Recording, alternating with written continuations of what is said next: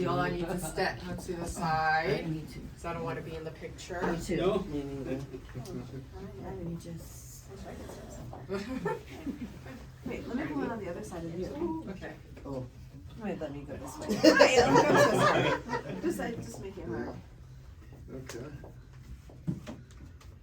Well, hey, just real quick, thank you for inviting us down to be a part of this. You know, it's Roger's retiring, and he's been with us for a long time. 2002 when he came over to DPW, but he's with the federal government now with 36 years. Yeah, retiring after 36 years. Boy, I don't even know what I was 20 years ago, let alone 36. Were you born? No, just no insult to Roger. That's a compliment to the boss. Yeah, I was only 2 years old. So with that, if we can, Ms. Kasich is here also, if we can do the official part of the certificate of appreciation and retirement, and then we'll take it from there. So, certificate of appreciation to Roger Samira, I'm sorry. On the occasion of your retirement, I wish to extend to you my personal thanks and the appreciation of the United States Army for the many years of service which you have given to our country. I share your pride in the contributions you have made to the Army, and I trust that you will maintain an active interest in the Army and its objectives during your retirement. You take with you my best wishes and those of your fellow employees for happiness and success in the years that lie ahead. Signed, Stephen McGonigal, Colonel Commanding. So, certificate of retirement awarded to Roger Samira in recognition of retirement from federal service under the provision of the Civil Service Retirement Act, April 1986 through December of 2022. Signed again, Stephen McGonigal, Colonel Commanding.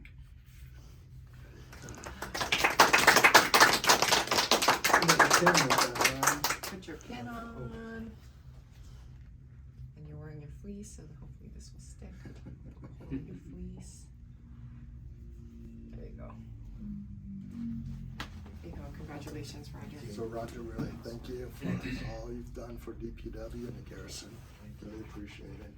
I know it's been probably one of the most difficult jobs in the work management branch, because that's where all the calls come in. And they could be nice and they could be not so nice. But that's you dealt with them all. And on top of that, you really entering into the system and putting those requests into formalizing into our system over the years, you know, probably several systems in throughout the time that you were here, but currently in the GFEBs, and then just recently with AMA, you know, it's the new system. So you've seen some transitions with our processes, and we really appreciate all you've done for us here. Thank you. Thank you.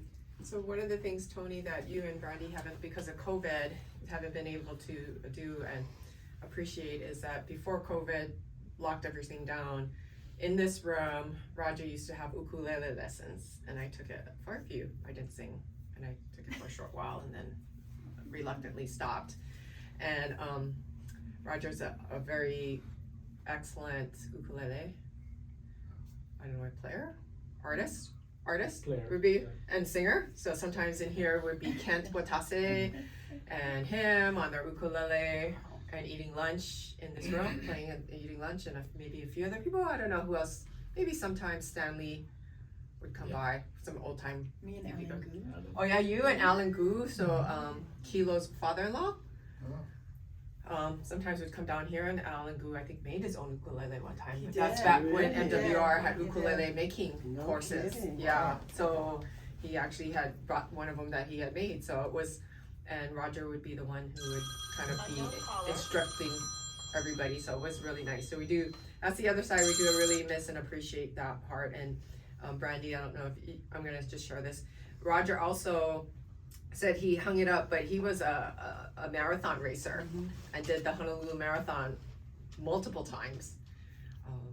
before. 37. 37 times? 27. 27 Wow. times. Crazy. Yeah, back in the day, but he hasn't done it in, I would say, at least 5 years, if not longer. 2004 was my last one. Was it really your last one? God, I thought it was a lot sooner than that. Yeah. I meant to go back, but work management kept me busy. Yeah. excuses. But so he would always finish stuff, and it would be kind of fun to just talk to him about that and all his training that he would do. He had guns, big guns. Oh. But that's the thing. And when the IOC would shut down during, emergencies, cause they had to deal with emergencies. So if the IOC shut down and they used to take the after hours calls, then Roger would set up a schedule for the rest of us to take the emergency calls from home on our cell phone and dispatch them. So he was doing that whether he was physically here or at home trying to coordinate things for the garrison response during emergencies. Yeah, so really do appreciate everything you did, Roger. Hopefully you have a couple days, I know it's been a little long, but if you have a continuity little recommendation other than, just the positive stuff for the people coming after you, that would be really good. But I know you've been training the gals really well. Yeah, Angela and Andrew. And Eileen is. Eileen, sorry. So, I really do appreciate that. I love to hear that you were bringing music into the workplace. I feel like that, especially because of COVID, it was so quiet. When I actually moved back here during COVID, and it felt like a different place. It felt cold and a bit sad. I think a lot of people felt very isolated, and we weren't having the potlucks anymore. And I think I can only imagine with music.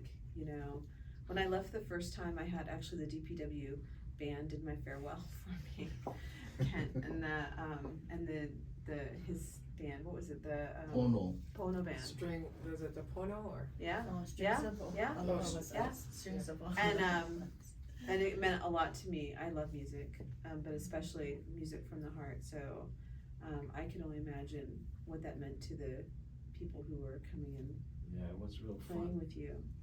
But Shala was one of the group that continued on with me, and we did more stuff, and then we started getting into harmonizing, and we were getting kind of on the tight side. So it was Yeah, it was fun. with- Until Ray Damasio did his Yeah, solos, and then so- Alan Gu would open the windows, look for dogs. He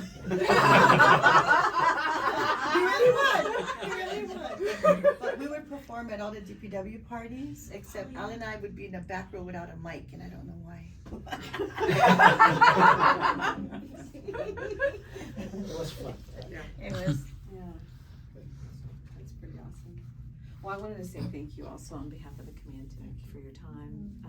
It's a lifestyle at some point, when you dedicate your career to an organization, you dedicated your career to the garrison in many ways. DOL, when we were all a family before we broke up, before the band broke up. But we're still support this community, and we said 36 years. Yeah.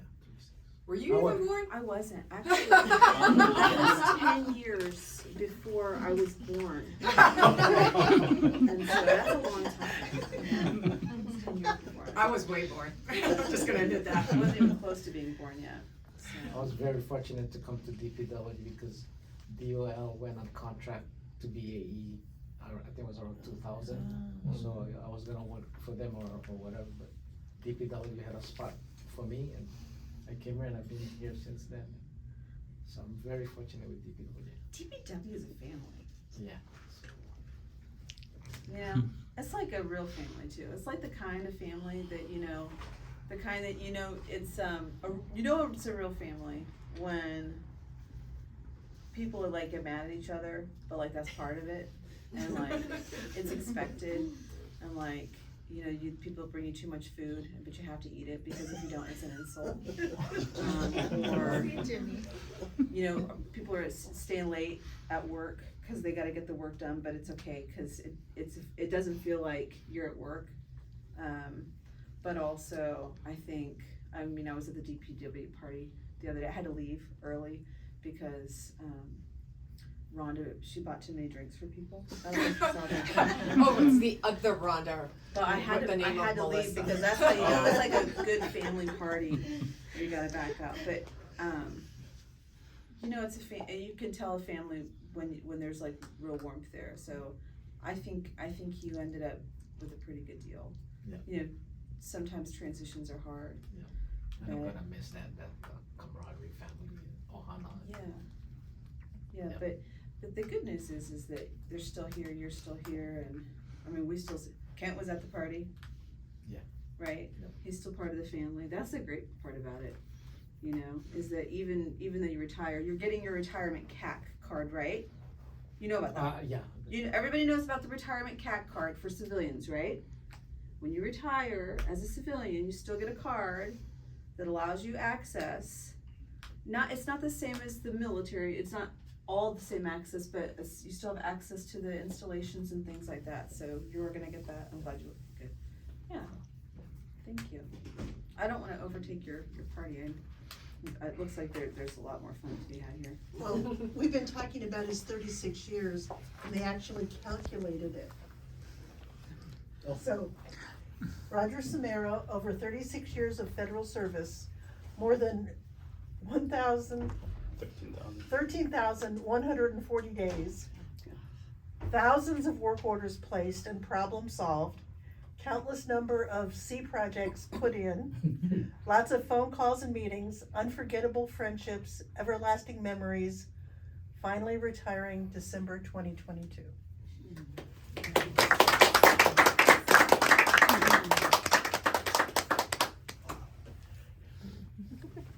No, I'm not retiring. So it's 13,141 days. Wow.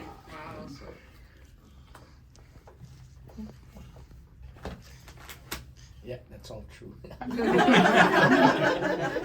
Roger. This is nice. Thank you. Anyway. Thank you. Have donuts, Oh, Jimmy yeah. brought Yeah, like there's tons.